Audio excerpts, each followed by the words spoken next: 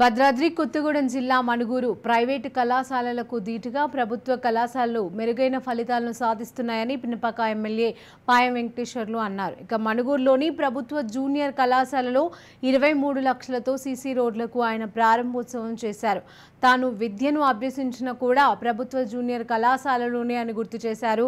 ఇక ప్రభుత్వ పాఠశాలలో విద్యార్థులకు ఉపాధ్యాయులకు ఎలాంటి ఇబ్బందులు లేనప్పుడే మెరుగైన ఫలితాలు సాధించి పేరును తెస్తారని ఆయన అన్నారు. ఇక కాంగ్రెస్ పార్టీ అధికారంలోకి వచ్చాక ముఖ్యమంత్రి రేవంత్ రెడ్డి ప్రొఫెసర్ జయశంకర్ బడిబాట కార్యక్రమాన్ని చేపట్టి అందరూ చదువుకునేలా ఉద్దేశంతోనే అమ్మ ఆదర్శ పాఠశాలలకు కోట్లాది రూపాయల నిధులను కేటాయించామని అన్నారు. ఇక ఎస్సీ, ఎస్టీ, బీసీ, మైనార్టీ అన్ని వర్గాల ప్రజలకు తెలుగు మీడియంతో పాటుగా ఇంగ్లీష్ మీడియం విద్యను కూడా అందించాలనే లక్ష్యంతోనే తెలంగాణ ప్రభుత్వం ముందుకు పోతోందని అన్నారు.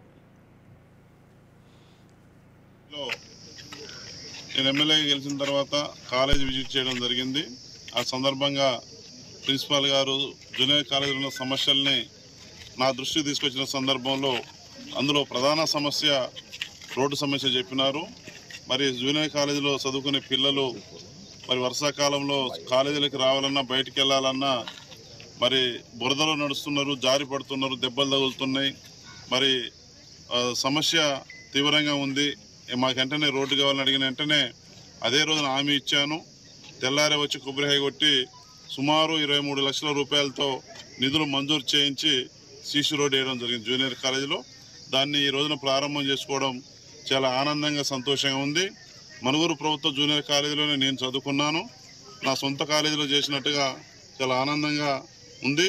మిగిలిపోయిన సమస్యలు కూడా ప్రిన్సిపాల్ గారు ఇచ్చినట్లయితే తప్పనిసరిగా 100% స్థానిక ఎమ్మెల్యేగా మిగతా పనులు కూడా నిధులు మంజూరు చేయించి ఈ కాలేజీలో ఫలితాలు కూడా బాగా వస్తూ ఉన్నాయి.